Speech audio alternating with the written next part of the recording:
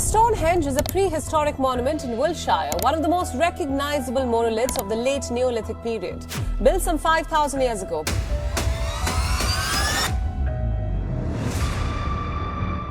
An advanced AI system has just finished analyzing 5,000 years of Stonehenge data, and its conclusions are shaking the entire archaeological world.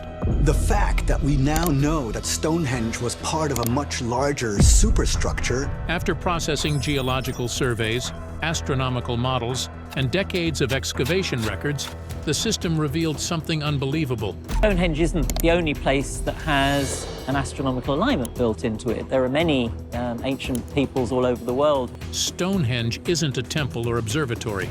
It's a machine built for a terrifying purpose: the impossible origins. For generations, scholars argued over whether glaciers or human determination were responsible for moving the immense stones of Stonehenge, but the artificial intelligence settled that debate by processing thousands of archaeological reports, geological surveys, excavation journals, transportation studies, and environmental datasets fed into its training. It was not speculating. It was identifying patterns hidden across an ocean of information no human researcher could ever absorb in a single lifetime. The smaller bluestones, each weighing several tons, were confirmed to have come from whales, something experts already suspected. But the artificial intelligence's geochemical correlation system noticed something earlier researchers could never have detected with the naked eye. The mineral signature of the altar stone did not match any quarry in Wales. When the system compared its elemental fingerprint against sandstone formations across the entire British landscape, it found its closest match in the far northeastern region of Scotland, within the ancient Orcadian Basin, many hundreds of miles from the monument itself. This revelation emerged from the artificial intelligence cross-referencing geochemical samples, sedimentary signatures, provenance archives, and decades of published fieldwork. But the true surprise surfaced when the system began running its deeper pattern recognition models. These models had been trained on environmental physics datasets, magnetic field measurements, archaeological acoustic studies, and engineering reconstructions of ancient structures. When the artificial intelligence combined all of this information, it detected functional similarities between Stonehenge's stone selection and known principles of material resonance. The artificial intelligence was not declaring that Stonehenge was literally a machine. What it uncovered was a consistent and deliberate pattern. The stones chosen from different regions held distinct magnetic, acoustic, and mineral properties that, when simulated together, produced interactions far too specific and too coordinated to be the result of accident or coincidence. According to the artificial intelligence's model, the stones were not chosen for symbolism, ceremony, or visual appeal. They behaved like carefully selected components in a designed system. The artificial intelligence reached this conclusion by examining geochemical provenance, magnetic behavior, and acoustic response, interweaving them through advanced pattern detection. When all of those data streams were layered upon one another, the implication became impossible to dismiss.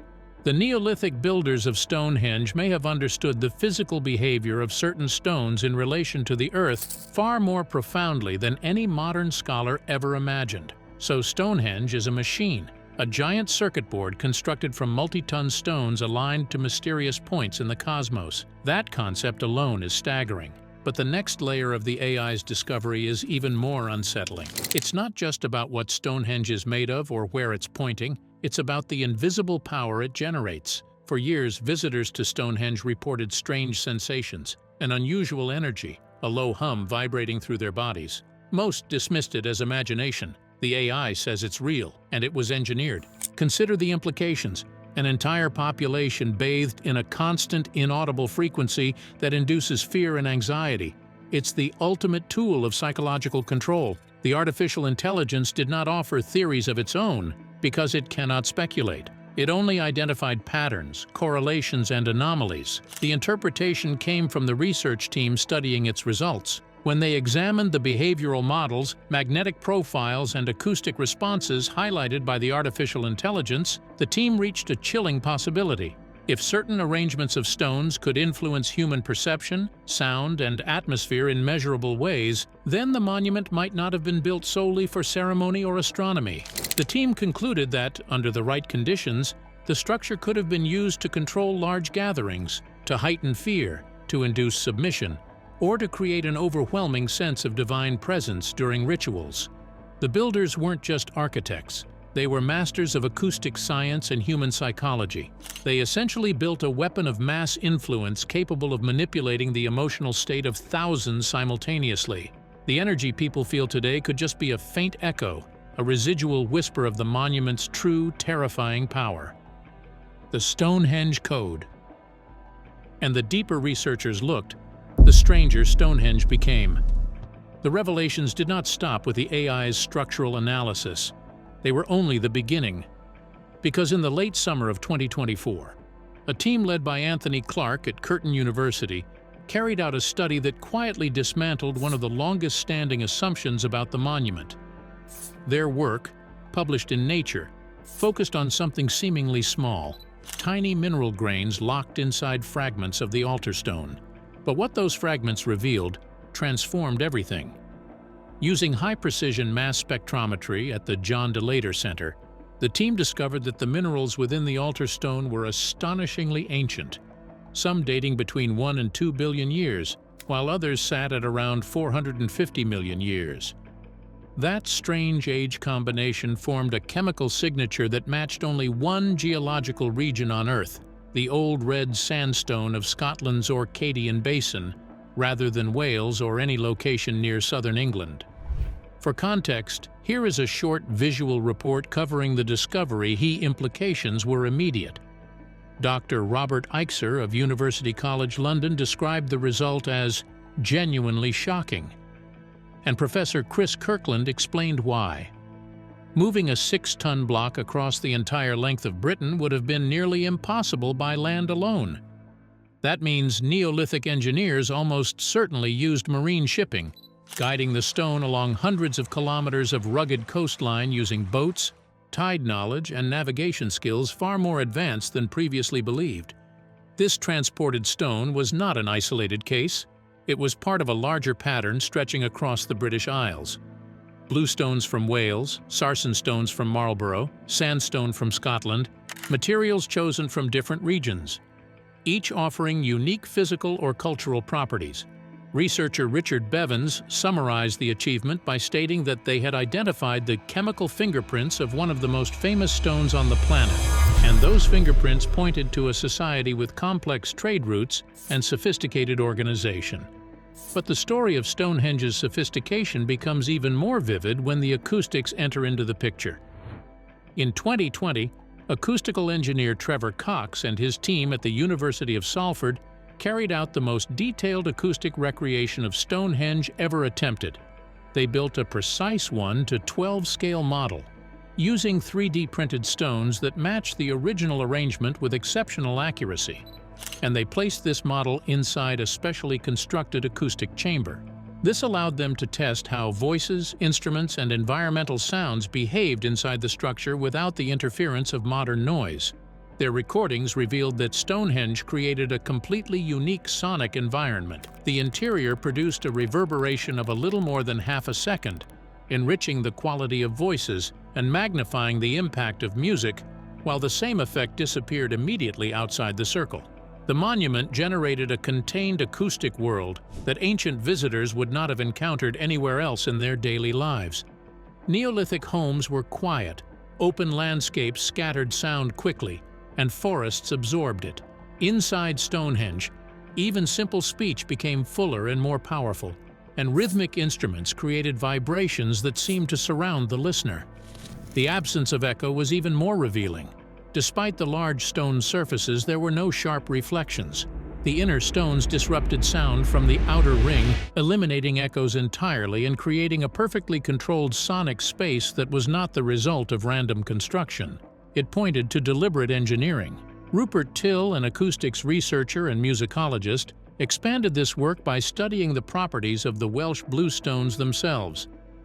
Some of these stones ring with metallic tones when struck, and the region they come from is known as Maen Clochog, which means ringing stones.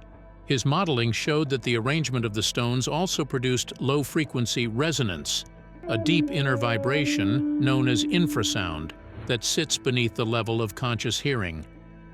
People do not hear this frequency, but they feel it as a physical sensation that can produce awe, unease, sorrow, or even fear. When all the findings were combined, the implication of the research became clear. Stonehenge did far more than amplify sound or beautify ceremonial music. Its design allowed it to generate and sustain low-frequency vibrations that interacted with the human body.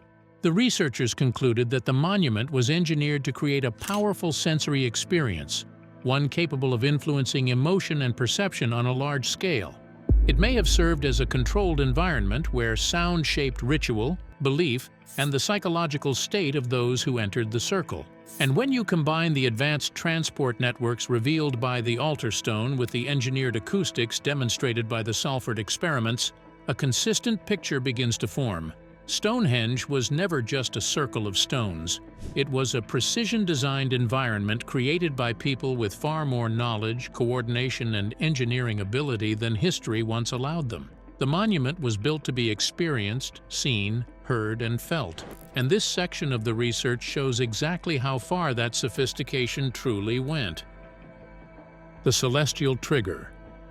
This was the moment when the artificial intelligence's analysis shifted from impressive pattern detection to something more unsettling. The system cross-referenced the exact placement of the stones with reconstructed star maps from roughly 5,000 years ago. Everyone already understood that Stonehenge aligned with the solstices, but the artificial intelligence detected another alignment that was far more subtle. It did not follow the path of the sun or the moon. It pointed directly toward a single, mathematically empty region of the sky. When the system compared this alignment to ancient celestial configurations, it calculated a very high probability that the positioning was intentional. The artificial intelligence could only present the geometry, the placement, and the probability. It could not suggest a purpose. The question of what the alignment meant belonged entirely to the research team. When the researchers examined the pattern maps produced by the artificial intelligence, the implications became heavier. The layout no longer resembled a ceremonial circle. It resembled a structure designed with a specific function in mind. The artificial intelligence then produced a second model, this time focused on acoustics. It showed that the stones formed a naturally resonant chamber capable of amplifying deep, low-frequency sound. The artificial intelligence simply reported the physical behavior of the stones. The interpretation was the team's. To the researchers, the geometry and the acoustic properties suggested the possibility of a tool, a structure that could influence how a gathered crowd felt, reacted, or submitted under the right conditions. This pushed the team toward a more fundamental question. Who could have designed something so complex, and why would they have attempted it at all? For generations, the popular belief was that Stonehenge represented unity. People imagined separate groups from across ancient Britain coming together to build a shared monument. It was a hopeful interpretation. However, once the artificial intelligence absorbed the full archaeological record and ran simulations of social organization, a different picture emerged. The system indicated that a structure requiring this precision, this amount of labor, and this duration of construction was statistically unlikely to come from scattered tribes working cooperatively. The mathematics pointed toward a strongly centralized authority capable of commanding, organizing, and sustaining massive labor forces over multiple generations. The artificial intelligence did not describe the nature of that authority. It did not claim it was an empire or a kingdom. It simply showed the scale of coordination required. The interpretations that followed came from the research team. If such a centralized hierarchy existed, then stones transported from distant regions were not symbols of unity. They were signs of control. They could have been tribute from subordinate groups or materials extracted by force. What the team saw was a society in which a small, knowledgeable elite directed the labor of thousands, relying on an understanding of astronomy, geology, sound, and human psychology. The artificial intelligence never stated that fear maintained this system. It never indicated that Stonehenge was a weapon. These were human inferences drawn from the stark mathematical realities of the project. What remained indisputable was the human cost. The artificial intelligence estimated that completing the monument required the labor of thousands of people across several generations. It revealed a structure that demanded extraordinary sacrifices from the society that built it. There were no signs of battlefields or large-scale warfare. There were no fortresses.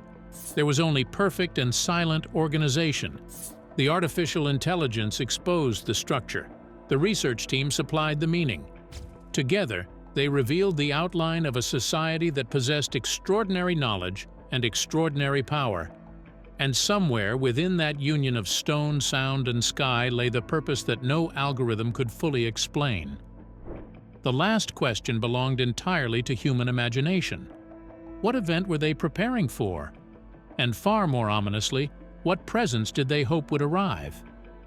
The lunar standstill. In January 2025, something extraordinary occurred. Something that happens only once every 6 years. It's called a major lunar standstill, and it provided the first real-world opportunity in nearly 2 decades to test whether Stonehenge was designed to track lunar events. From April 2024 through mid-2025, researchers from Oxford, Leicester, and Bournemouth universities, along with English Heritage and the Royal Astronomical Society, conducted unprecedented observations at Stonehenge. Dr. Fabio Silva, senior lecturer in archaeological modeling at Bournemouth University, explains, "The moon was expected to align with the station stone rectangle twice a month from about February 2024 to November 2025. The station stones, 4 megaliths forming a rectangle around the main stone circle, appear to align precisely with the moon's most extreme positions during the standstill." Professor Clive Ruggles of the University of Leicester stated, "The 4 station stones align with the moon's extreme positions, and researchers have debated for years whether this was deliberate, and if so, how this was achieved, and what might have been its purpose." Here's what makes this unsettling. During a major lunar standstill, the moon rises and sets in positions on the horizon that the sun never reaches. For farming communities tracking solar cycles for planting and harvesting, seeing the moon extend beyond the sun's limits would have been profoundly significant, perhaps suggesting when the lunar deity was stronger than the solar one. Happening only every 19 years or so, the major lunar standstill would have been a generational event, spoken about in stories passed orally from one generation to the next. The phenomenon may have marked massive celebrations of religious, spiritual, and social significance. But there's something darker here.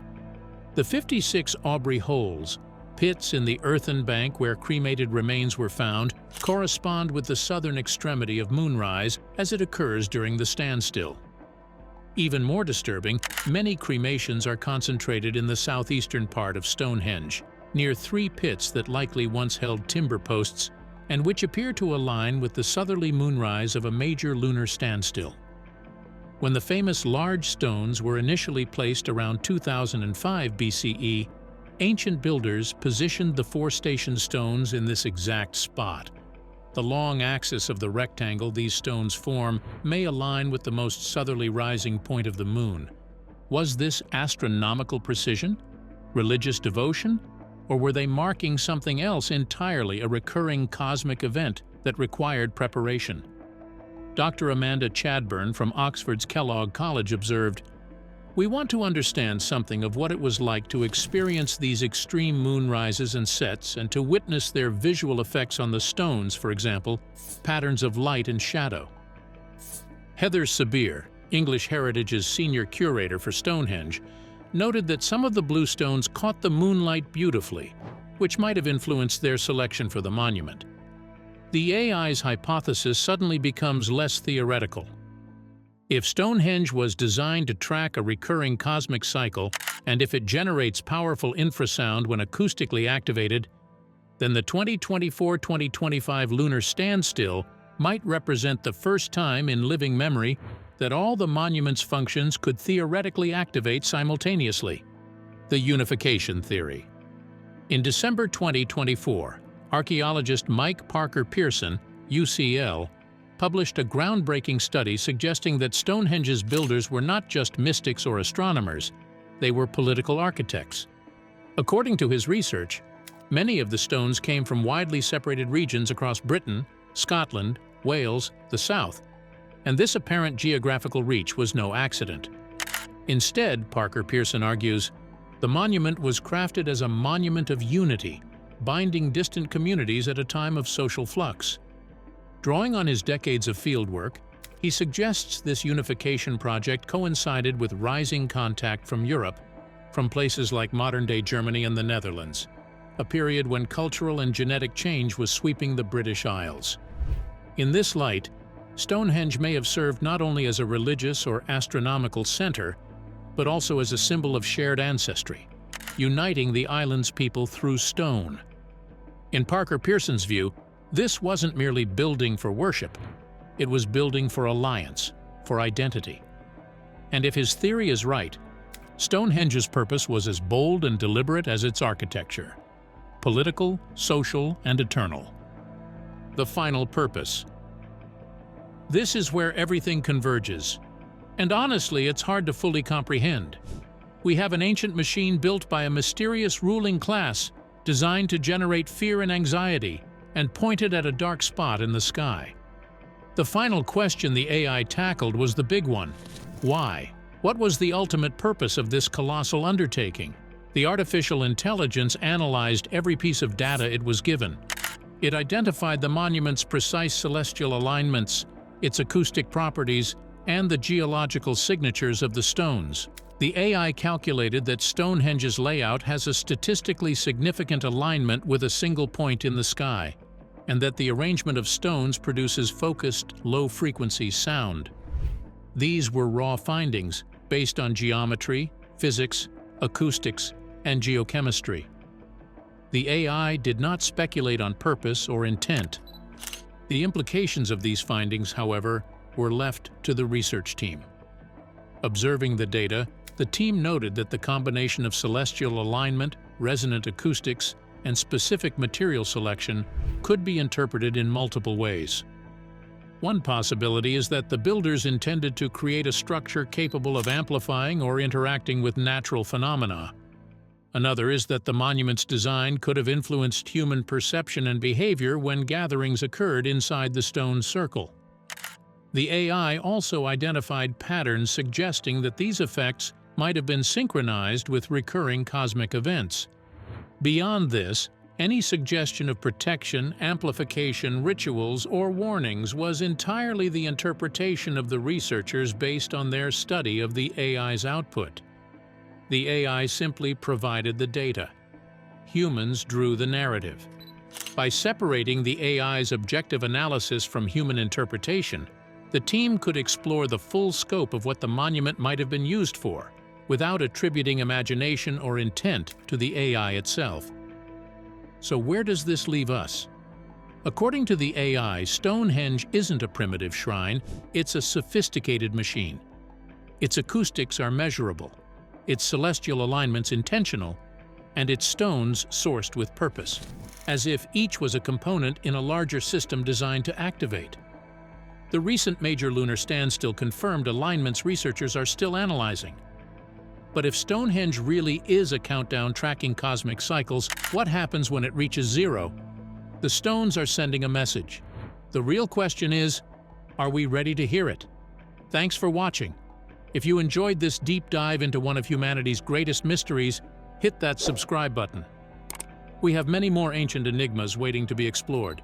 And remember, the past isn't as primitive as we thought. Sometimes it's far more advanced than we are.